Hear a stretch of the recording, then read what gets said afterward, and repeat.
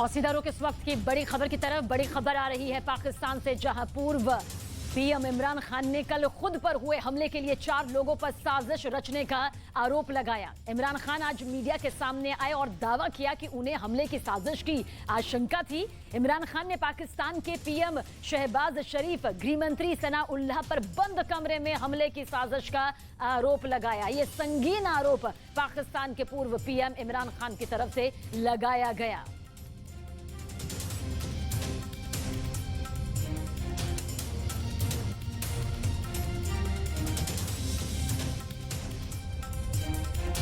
Number 1 channel के number 1 show कच्चा चिट्ठा में आज बात करेंगे पाकिस्तान के किलर लाहौरी की। सवाल यह है कि किलर लाहौरी का कैप्टन आखिर कौन है। यह सवाल इसलिए बड़ा है क्योंकि इमरान खान आज जब पैर में प्लास्टर लेकर हमले के बाद पहली बार सामने आए तो उन्होंने बताया कि हमले के बारे में वो पहले से जानते थे। इमरान खान ने बताया कि उनके ऊपर 4 गोलियां चलाई गई। इमरान खान का कहना है कि 3 लोगों ने हत्या का यह प्लान बनाया। यह साजिश बंद कमरे में रची गई। अब क्या इमरान पर दूसरा हमला होगा? हिटमैन नियाजी के आखिर कितने करीब हैं? किलर लाहौरी का कैप्टन कौन है? जवाब आपको इस स्पेशल रिपोर्ट के जरिए मिलने जा रहा है।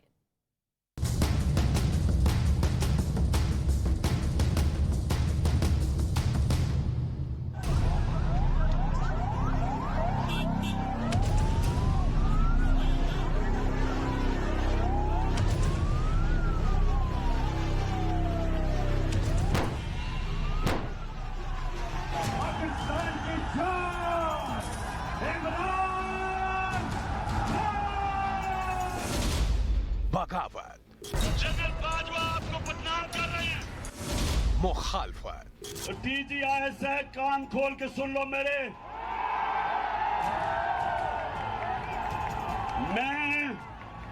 मैं जो चीजें जानता हूं, मैं अपने मुल्क की खातिर, अपने इदारों की खातिर मैं चुप हूं।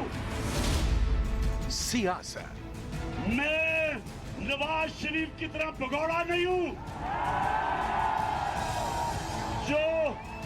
जो यहां तो चुप करके दुम दबा के बैठा रहे और लंदन जाके फौज को बुरा भला कहे।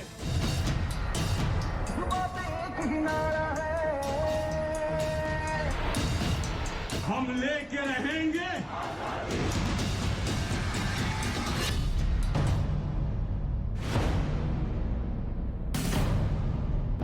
यही 3 शब्द पाकिस्तान की सियासत में खूनी खेल का मजमून है। मुझे एक दिन जाने से पहले पता चल गया था कि या इन्होंने वजीराबाद और या गुजरात में प्लान किया हुआ था मुझे मारने का। इसके पीछे पूरा प्लान था। ये प्लान पूरा हम अब अनकवर करेंगे और मैं आपको बताऊं इसके साथ और लोग मुलव्वस हैं और ये प्लान अब करीब पहले का बना हुआ है।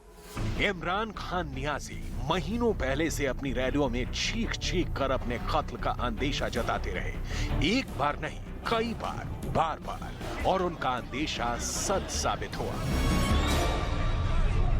मेरे खिलाफ बंद कमरों के अंदर, मुल्क से बाहर और मुल्क के अंदर एक साजिश हो रही है और वो साजिश ये है कि वो चाहते हैं कि इमरान खान की जान ले ली जाए। सुन ले जरा, ये साजिश का मुझे पहले पता था और मुझे चंद दिन पहले मुझे पूरा इल्म हो चुका है।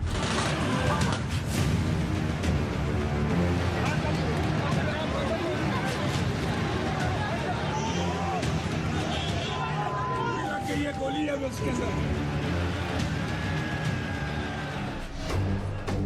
इमरान के रूप में पहली बार पाकिस्तान को कोई ऐसा नेता मिला है जो खुलेआम सेना ISI को कोस रहा है। ये चीज किसी को रास नहीं आ रही। हर कुर्बानी देने के लिए तैयार है। इमरान खान के सियासी उड़ान के पर कतरने में पाकिस्तान के सियासतदानों का एक पूरा कुनबा अरसे से लगा है, लेकिन खुद पर हुए कातिलाना हमले को लेकर इमरान खान ने डंके की चोट पर 3 नाम लिए हैं। पाकिस्तान के प्रधानमंत्री शहबाज शरीफ, गृह मंत्री राणा सनाउल्ला और आर्मी के एक मेजर राणा फैसल पर इमरान ने हमले में हाथ होने का संगीन आरोप लगाया है। 3 लोगों ने बनाया। सबसे पहले राणा सनाउल्ला। राणा सनाउल्ला ने क्यों बनाया? क्योंकि राणा सनाउल्ला एक कातिल है। राणा सनाउल्ला और शहबाज शरीफ ने जब मॉडल टाउन में वो 12 लोगों को कत्ल किया था और 70 लोगों को गोलियां लगी थी, ये दो इन्होंने इस प्लान के अंदर ये शामिल हुए और साथ मिल गया इनके मेजर जनरल फैसल। फैसल क्यों? फैसल इसलिए मिल गया, एक तो डर्टी हैरी के ऊपर वादा करके आया था कि फिक्र ना करो, मैं इनको ठीक करता हूं, आप मेरे पे छोड़ दें, मैं इनको इस पार्टी को ठिकाने लगाता हूं। और उस जो मैंने शुरू में बताया कि धमकियां ये वो। इमरान खान ने हमले में सेना का हाथ होने का आरोप लगाया है।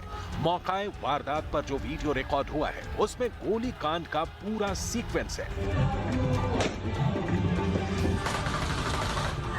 जो वीडियो सामने आई है उसके मुताबिक सबसे पहले तो एक बर्स्ट होता है और इसके नतीजे में कंटेनर पर खड़े अफराद जो हैं वो झुक जाते हैं, अपने आप को बचाने के लिए नीचे झुकते हैं। बर्स्ट चलने के 5 सेकंड के बाद एक गोली चलने की आवाज आती है।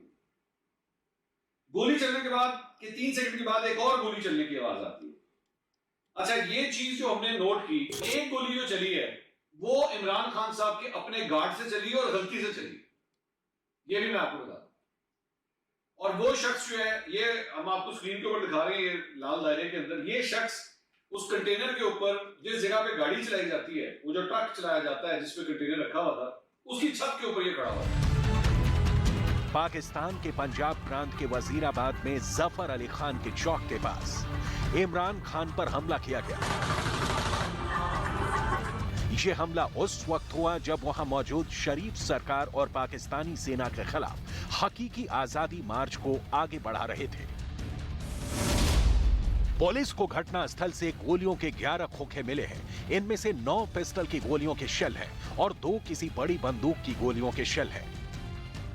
ये जो आपको ये दाईं टांग है और ये जो लकीर नजर आ रही है, ये यूं चलती हुई, ये वाली, ये दाईं साइड की मेन जो आर्टरी होती है, शरेआन है, वो है। और उसके आप देख सकते हैं कि इधर और उसके बिल्कुल करीब दूसरी तरफ जो बुलेट के फ्रैगमेंट्स हैं वो नजर आ रहे हैं। इससे वाज़ेह होता है कि ये जो हमारी मेन आर्टरी गुजर रही होती है, शरेआन गुजर रही होती है, उसके कितने करीब ये टुकड़े मौजूद हैं। एक्सप्लेन तो करें ना। इसका ये जो बड़ी शरेआन होती है टांग की, जाहिर है उसने पूरी टांग को ब्लड सप्लाई करनी होती है, उसके जरिए बहुत सारा खून जाता है और खुदा न खास्ता अगर इस शरेआन को कोई इंजरी हो या ये कट जाए तो फिर बहुत तेजी से ब्लीडिंग होती है। इमरान खान पर फायरिंग करने वाले हमलावर ने अपने बयान में बोला है कि वो सिर्फ इमरान खान को मारना चाहता था। उसने इमरान को जान से मारने की कोशिश की। उसने बयान में बताया है कि इमरान खान लोगों को गुमराह कर रहे थे, इसलिए उसने इमरान को गोली मारी है। ये सर मैंने इसलिए किया है कि ये लोगों को गुमराह कर रहा था इमरान खान, और मुझसे ये चीज़ देखी नहीं गई और मैंने इसको मार दिया। मारने की कोशिश की, पूरी मारने की कोशिश की कि मैं इसको मारूं, सिर्फ और सिर्फ इमरान खान को और किसी को नहीं। मैंने फैसला किया दिन से, सुबह से, जिस दिन का ये लाहौर से चला है उस दिन से मैंने ये साजिश ये सोची, जिस दिन से लाहौर से चला कि मैंने इसको छोड़ना नहीं। लेकिन गोली कांड की कहानी यही नहीं खत्म होती, क्योंकि पाकिस्तान के लिए एक कहावत पूरी दुनिया में मशहूर है कि जो होता है वो दिखता नहीं। ऐसे में सवाल है, आखिर इमरान खान को कौन मारना चाहता है? असल मुल्ज़म कहां पर है, ये एक बड़ा सवाल है। और ये तहकीकात, मैंने कहा कि अरशद शरीफ की शहादत और इमरान खान पर जो हमला उसमें मसलत है, मिस्ट्री, पता ना चले। उसको कीनिया में शहीद किया गया ताकि कोई निशान ही ना मिल सके। बॉडी इधर है, कत्ल करने वाला वेपन उधर है, कुछ पता नहीं चल सकेगा कौन है। इमरान खान पर हमला हुआ, कुछ पता नहीं चलेगा किसने हमला किया, बस मारने वाला कौन था, गोलियों वाला कोई और लड़का था मारने वाला, वीडियो वाला कोई और है, बयान कोई और है, कुछ पता नहीं किसी को। तो क्या ये कोई आम आदमी कर सकता है? क्या ये मैं और आप ये साजिश बना सकते हैं? हरगिज नहीं, हरगिज नहीं। बड़े हाथ, वो हाथ जो सब कुछ करने की ताकत रखते हैं। इमरान खान के दिल में ऐसे कौन कौन से राज जज्ब है, किसके राज है जो इमरान की जान का दुश्मन बने हुए हैं? इन्होंने फैसला किया, और फैसला पहले किया मुझे मरवाने का। 4 लोगों ने बंद कमरे में फैसला किया मुझे मरवाने का। मैं टीवी पे जाके लोगों को बताया कि इन्होंने फैसला किया। मैंने वीडियो बनाई, 4 लोगों के नाम मैंने दिए, मैंने वीडियो बाहर रखी हुई है कि अगर मुझे कुछ हुआ ये वीडियो रिलीज करेंगे, ताकि ये 4 लोग ये ना हो कि यहाँ हमेशा कोई मर जाता है तो उसका कोई पूछता नहीं है बाद में। तो मैं कहा ताकि कौम, दुनिया को पता हो, मेरे मुल्क को पता हो कि किसने ये किया है। हमले के बाद पाकिस्तान में तरह तरह की चर्चाओं का दौर शुरू हो गया है और हर कोई इमरान खान पर हमले की तुलना पाकिस्तान की पूर्व पीएम बेनजीर भुट्टो की हत्या से कर रहा है, जिसके बारे में कहा जाता है कि बेनजीर की हत्या में पाकिस्तानी सेना और खुफिया एजेंसी ISI का हाथ था। इस बात को पाकिस्तान के पूर्व राष्ट्रपति और सेना प्रमुख रहे परवेज मुशर्रफ ने भी कबूल किया था कि भुट्टो की हत्या में पाकिस्तानी सत्ता में बैठे लोगों का नेक्सस था। अब यह सवाल उठता है कि क्या इमरान खान पर हमले के पीछे भी यही नेक्सस है, क्योंकि इमरान खान नियाजी के दुश्मनों की लिस्ट बहुत लंबी है। इमरान के कितने दुश्मन? इसमें नवाज शरीफ पूर्व पीएम पाकिस्तान, शहबाज शरीफ पीएम पाकिस्तान, मरियम नवाज नवाज शरीफ की बेटी, बिलावल भुट्टो बेनजीर भुट्टो के बेटे, फजलुर रहमान मौलाना, कमर जावेद बाजवा आर्मी चीफ पाकिस्तान और नदीम अंजुम ISI प्रमुख का नाम लिया जाता है। ये कौम हर कुर्बानी देने के लिए तैयार है। इमरान खान सत्ता से बाहर होने के बाद सरकार और सेना पर बहुत ज्यादा आक्रामक हो गए हैं। कुछ ऐसा ही रुख बेनजीर भुट्टो का भी सत्ता से बाहर होने के बाद था। बेनजीर भुट्टो सत्ता से बाहर होने के बाद रैली कर रही थी और एक आत्मघाती हमले में उनकी हत्या कर दी गई थी। बेनजीर की तरह इमरान खान भी सत्ता से बाहर रहते हुए लगातार सेना पर हमला कर रहे हैं। गौर करने वाली बात यह है कि पिछले महीने 28 अक्टूबर को अपने हकीकी आजादी मार्च के पहले दिन इमरान खान ने पाकिस्तानी सेना और खुफिया एजेंसी ISI के खिलाफ बहुत बड़े राज का पर्दाफाश करने का दावा किया था।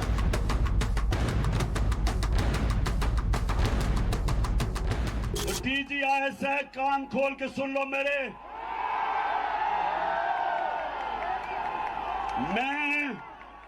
मैं जो चीजें जानता हूं, मैं अपने मुल्क की खातिर, अपने इदारों की खातिर मैं चुप हूं, मैं बोलता नहीं हूं, क्योंकि मैं अपने मुल्क को नुकसान नहीं पहुंचाना चाहता।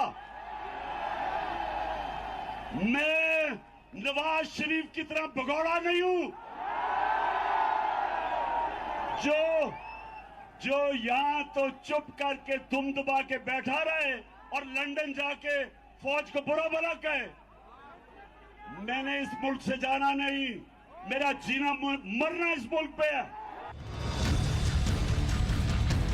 इमरान खान का यह बयान सेना और ISI के लिए बेचैन करने वाला था।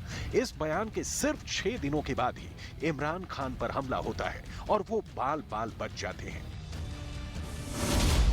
इमरान खान के बयान के महज 6 दिनों में उन पर हमला होना क्या कोई संयोग है या फिर बड़ी साजिश? खान साहब खुद भी माजी में कई दफ़ा ये कह चुके थे कि उनकी ज़िंदगी को ख़तरा है। उनके बहुत से करीबी साथी जो हैं उन्होंने भी ये बात की। हमारे प्रोग्राम कैपिटल टॉक में सलमान अहमद साहब, जो कंटेनर पे अक्सर आपको इमरान खान साहब के साथ नज़र आते हैं, उन्होंने बार बार ये कहा कि इमरान खान की ज़िंदगी को, खुद उनकी ज़िंदगी को ख़तरात हैं। फिर भी मुनासिब हफाजती इंतज़ामात हमें नज़र क्यों नहीं आए? तो इमरान खान का हकीकी आजादी मार्च 28 अक्टूबर को शुरू हुआ था और ये 6 नवंबर को इस्लामाबाद में खत्म होने वाला था। इस मार्च के जरिए इमरान खान खुद को चुनाव के लिए तैयार कर रहे थे और सरकार पर जल्द चुनाव का दबाव बना रहे थे। ऐसे में इमरान खान पर हमला आने वाले दिनों में किसी बड़े तूफान की आहट हो सकता है। पाकिस्तान के इतिहास को देखते हुए ये साफ है कि वहां सेना और ISI की मदद के बगैर सरकार नहीं चल सकती है। जब 2018 में पाकिस्तान में आम चुनाव हुए थे तो विपक्षी दलों ने भी सेना और खुफिया एजेंसी ISI पर इमरान खान की पार्टी PTI को मदद पहुंचाने का आरोप लगाया था। सत्ता में आने के बाद इमरान खान ने पाकिस्तान सेना के प्रमुख कमर जावेद बाजवा को एक्सटेंशन दिया था, जिसको लेकर विपक्षी दलों ने सवाल उठाए थे। लेकिन वक्त के साथ बाजवा और इमरान की करीबी दूरियों में बदल गए। इमरान खान बाजवा की जगह अपने किसी करीबी सैन्य अधिकारी को आर्मी चीफ बनाने की कोशिश में लग गए, जो बाजवा से दुश्मनी की वजह बन गई। इन्होंने फैसला किया कि एक ऐसा सलमान तासीर टाइप कत्ल करो इमरान खान। इसके ऊपर पहले इसे कहो कि जनाब ये इसने मजहब की तौहीन की है या तौहीन रसालत की है। उसके ऊपर कोई इन्होंने टेप्स टूप्स बनाई, उन्होंने वो रिलीज भी की, वो लोग चलाए और वो नून लीग के लोग उसको प्रोजेक्ट करना शुरू हो गए। कहा तो यह भी जाता है कि पाकिस्तान में इमरान सरकार के दौरान बड़े फैसले बाजवा ही लेते थे, लेकिन इमरान खान के लगातार मजबूत होने के चलते पाकिस्तानी सेना कमजोर हो रही है। कहा जाता है कि यही वजह रही जो सेना ने 13 विपक्षी दलों की सरकार को बैकडोर से मदद की और इमरान खान को अविश्वास प्रस्ताव के जरिए सत्ता से बाहर कर दिया। सत्ता गंवाने के बाद Imran Khan Pakistani army chief general Bajwa और ISI के बड़े विरोधी के तौर पर उभर रहे थे और लगातार हमले कर रहे थे। इमरान के बाकी सुरों ने ISI चीफ को मीडिया के कैमरों के सामने आने पर मजबूर कर दिया। ISI के वर्तमान चीफ नदीम अंजुम, जो अब तक अपनी तस्वीर को भी छिपाते थे, पहली बार मीडिया के सामने आने को मजबूर हो गए। पाकिस्तान के इतिहास में ऐसा पहली बार हुआ है जब कोई ISI चीफ को प्रेस कॉन्फ्रेंस करना पड़ा। अगर वो वाकई आपकी नजर में गद्दार है, आपकी सोच में गद्दार है, तो फिर आज भी उनसे पसे पर्दा क्यों मिलते हैं?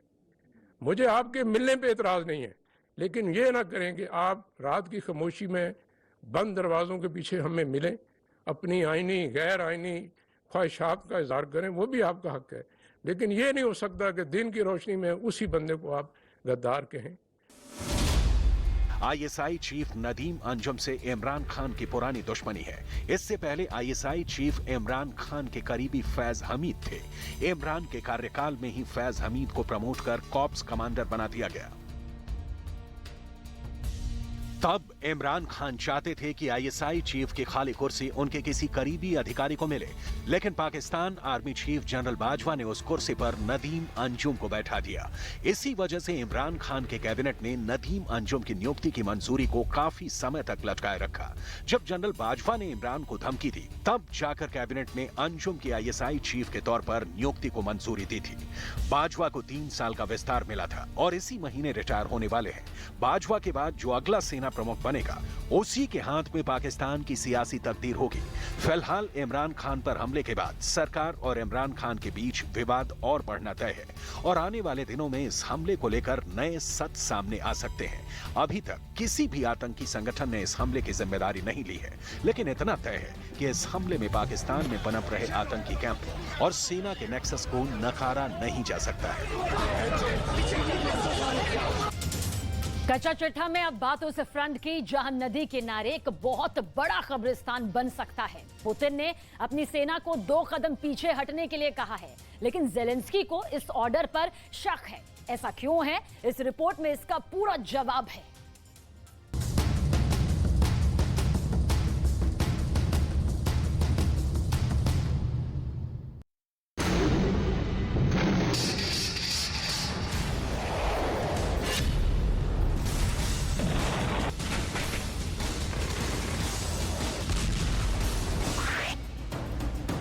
ये खेरसौन की जमीन है और यहाँ पिछले 1 महीने में इतने गोले बरसाए गए हैं कि हर तरफ मिट्टी में बारूद की महक है।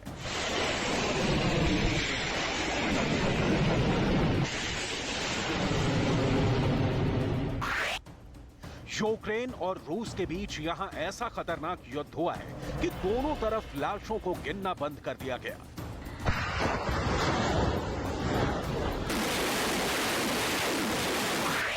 पुतिन ने ज़ेलेंस्की को घुटने पर लाने की बहुत कोशिश की, लेकिन अब ज़ेलेंस्की ने खेरसौन में गेंद पलटना शुरू कर दिया है। सवाल है कि क्या खेरसौन में पुतिन के लिए रेड लाइट जल चुकी है? क्या खेरसौन पर कब्जा पुतिन के लिए बड़ी मुसीबत बन गया है? क्या ज़ेलेंस्की ने रेड लाइट दिखाकर पुतिन के सबसे बड़े गुरूर को चकनाचूर कर दिया है? ऐसे में पुतिन क्या करेंगे? ये बड़ा सवाल है। खेरसौन में क्या हुआ है वो बहुत गौर से देखिएगा, क्योंकि इस बम गोलों की बरसात में आपको यूक्रेन युद्ध की दो बातें बहुत बेहतर तरीके से समझने में मदद मिलेगी। ऐसी बातें जिनसे आपको इस युद्ध के नतीजे की भी साफ साफ तस्वीर नजर आएगी।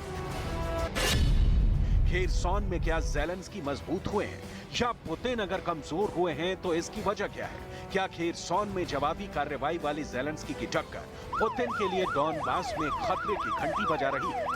दुनिया भर में मीडिया बता रहा है कि ज़ेलेंस्की को खेरसौन फिर से मिलने वाला है। मॉस्को टाइम्स ने छापा कि खेरसौन की एक बड़ी सरकारी इमारत से रूस का झंडा भी हट चुका है। अमेरिका से लेकर यूरोप और अरब देशों का मीडिया भी यही खबरें छाप रहा है।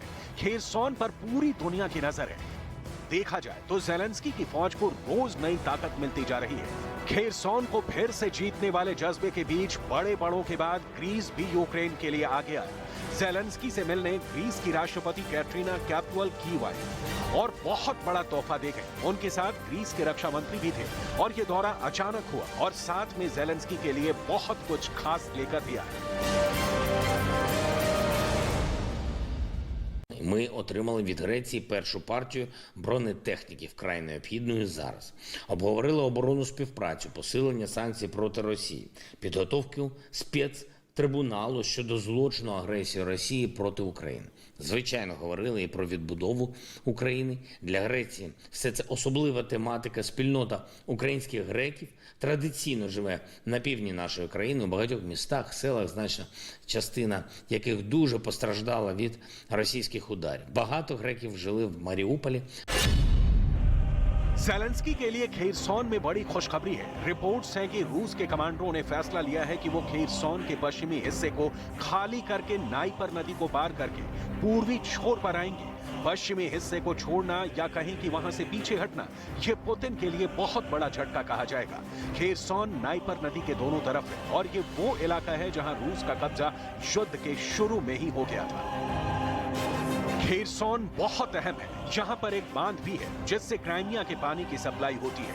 यहाँ पर यूक्रेन के कब्जे का मतलब है कि क्राइमिया का पानी यूक्रेन बंद कर सकता है। क्राइमिया वो इलाका है जिस पर 2014 में रूस ने कब्जा करके उसे अपने नक्शे में मिला लिया था। इससे पहले रूस ने मना किया था कि वो खेरसौन खाली करने की तैयारी कर रहा है, क्योंकि ऐसा कदम इस मोर्चे पर उसकी बड़ी हार कहा जाएगा। हालांकि यूक्रेन की सेना को डर है कि रूस का पीछे हटना एक तरह से यूक्रेन की फौज को फंसाने वाला बड़ा जाल है, क्योंकि इसे लेकर गलत जानकारी फैला रहा है, जिसपे यूक्रेन को बड़ा धोखा मिलने का खतरा है। Продовжується так звана евакуація окупантів з тимчасово зайнятої території Херсонської області, зокрема і медичних закладів. З лікарень Херсона вивозиться все обладнання та медикаменти. Лікарям, які відмовляються виїжджати, заборонено заходити на територію лікарень навіть за особистими речами. खेरसौन के पश्चिमी हिस्से में काफी दलदली इलाका भी है और अगर रूस की सप्लाई लाइन पर असर पड़ता है तो उसके लिए यहाँ युद्ध लड़ना शुरू से ही आसान नहीं माना गया है। खेरसौन नाइपर नदी के दोनों तरफ बंटा हुआ है और नदी के दोनों तरफ कंट्रोल रखना पुतिन के लिए बड़ी चुनौती रही है।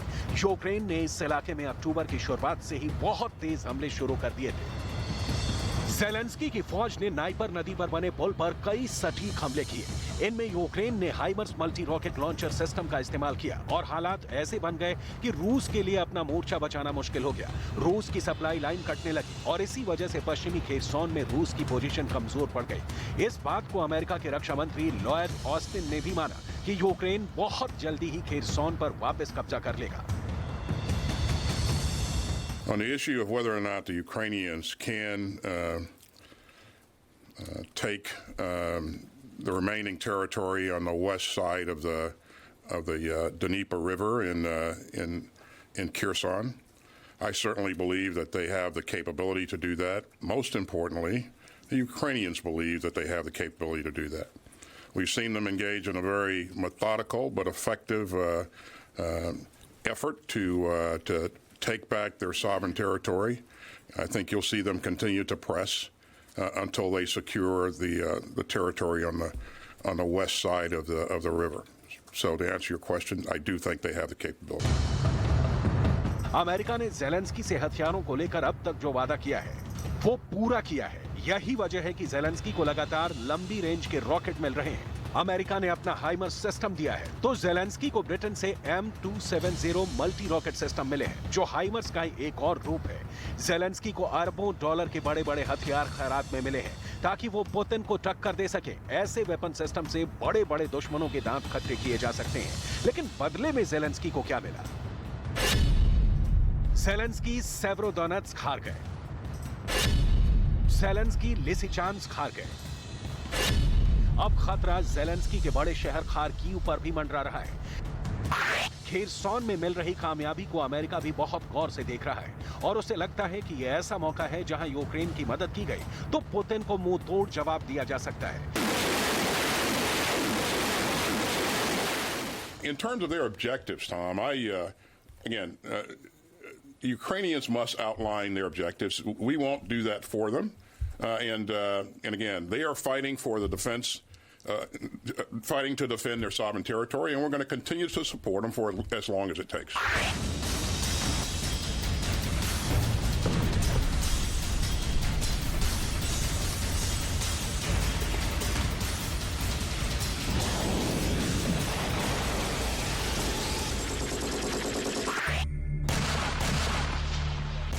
लेकिन अब जेलेंस्की के सामने खेरसॉन में मिले कामयाबी के बाद आगे बढ़ने का प्लान भी है और ये सब ऐसे वक्त हो रहा है जब जेलेंस्की को नए नए हथियार मिल चुके हैं। लेकिन पुतिन ने डॉनबास को बचाने के लिए क्या तैयारी की है, उसे भी बहुत गौर से समझने की जरूरत है।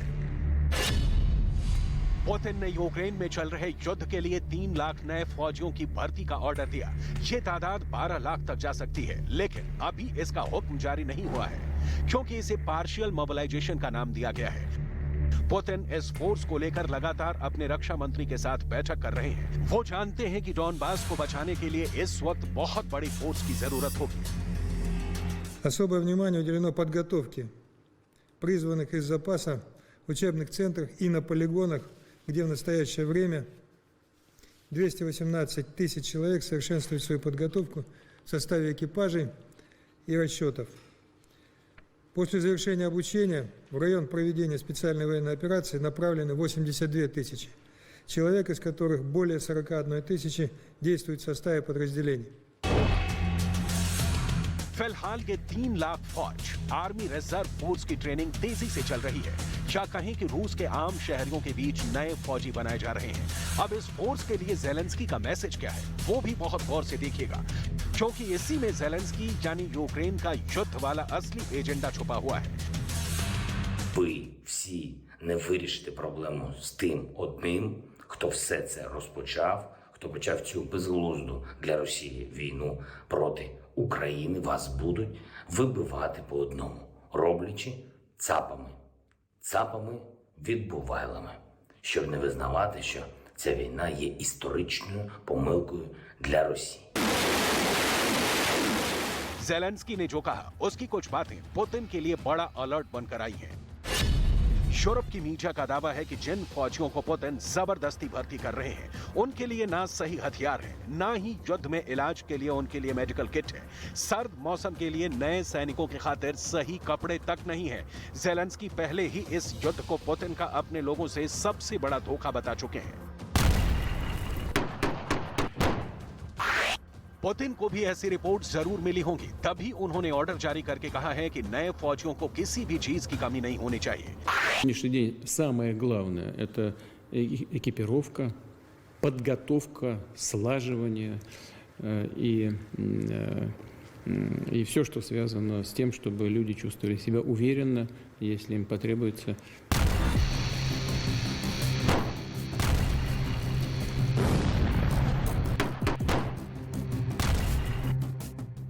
अगर ऐसे रिपोर्ट्स में जरा भी सच्चाई है तो ये बातें पुतिन को चिंता में डाल सकती हैं।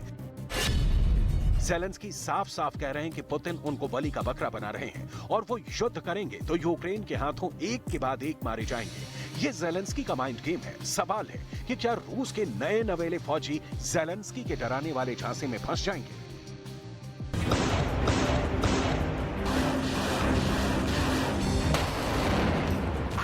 इसमें कोई शक नहीं कि रूस के सामने यूक्रेन की फौज ने बहुत दम दिखाया है, भले ही नेटो की मदद से सही, लेकिन पुतिन की बहुत बड़ी फौज से यूक्रेन की सेना लगातार लड़ रही है। पुतिन ने जरूर यूक्रेन के 4 टुकड़े कर दिए हैं, लेकिन ज़ेलेंस्की की फौज अब भी डटी हुई है। ऐसे में पुतिन के सामने संकट नई फौज तैयार करने का है। यानी नंबर्स किसी भी युद्ध में आंकड़े बहुत मायने रखते हैं। इसीलिए पुतिन का फोकस उन नए फौजियों पर भी है। रूस की फौज ने इनको हथियार देने शुरू कर दिए हैं ताकि वो यूक्रेन के मोर्चे पर जाकर युद्ध में शामिल हों।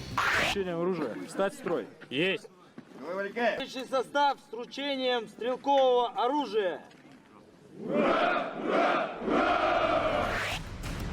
पुतिन के युद्ध के बारे में यूरोप और अमेरिका का मीडिया लगातार कह रहा है कि पुतिन अब यूक्रेन के तीसरे फेज वाले युद्ध के लिए पूरी तरह तैयार है। ऐसे में युद्ध के लिए पुतिन का तीसरा फेज कैसा होगा, इसे बहुत गौर से समझिएगा। पुतिन के युद्ध का फैसला फेज 1 फरवरी में युद्ध के साथ शुरू हुआ। कीव पर कूच नाकाम हुआ, यानी युद्ध में पुतिन का पहला फेज फेल हो गया। दूसरे फेज में पुतिन ने डॉनबास के आसपास युद्ध शुरू किया, मारियोपोल जीता और अब उन्होंने यूक्रेन के और टुकड़े कर दिए, यानी पुतिन का दूसरा फेज कामयाब हुआ है। अब युद्ध का तीसरा फेज है डॉनबास पर कब्जा मजबूत करना और 3 लाख फौज को डिप्लॉय करना। पुतिन के तीसरे फेज का सबसे बड़ा एजेंडा है। लेकिन खेरसॉन पर पकड़ ढीली पड़ी तो पुतिन के लिए डोनेट्स्क और क्राइमिया वाले इलाके को भी महफूज रखना मुश्किल हो जाएगा। इसलिए बड़ा सवाल है कि पुतिन इस युद्ध को खींचेंगे या इसे रोककर यहीं थम जाएंगे। इसे लेकर उनके इरादे क्या हैं, इसका पता बहुत साफ साफ नजर आने लगा है। लेकिन ज़ेलेंस्की का नेवर से डाई, यानी किसी भी कीमत पर हार न मानने वाला जज्बा कायम है। भले ही उनके देश का एक बड़ा हिस्सा अब रूस के कब्जे में जा चुका है। रूस लगातार यूक्रेन के बिजली घरों पर अटैक कर रहा है और इसने यूक्रेन में 45 लाख लोगों को बिना बिजली के रहने को मजबूर कर दिया है।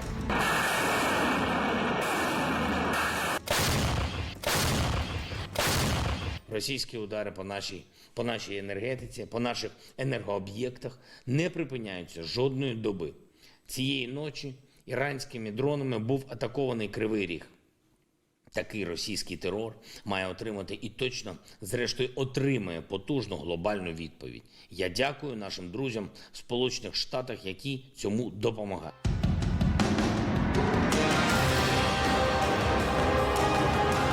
डॉनबास हार चुके ज़ेलेंस्की के पास इस वक्त बाकी शहर खासकर और खार्किव को बचाए रखने का बहुत बड़ा जिम्मा है।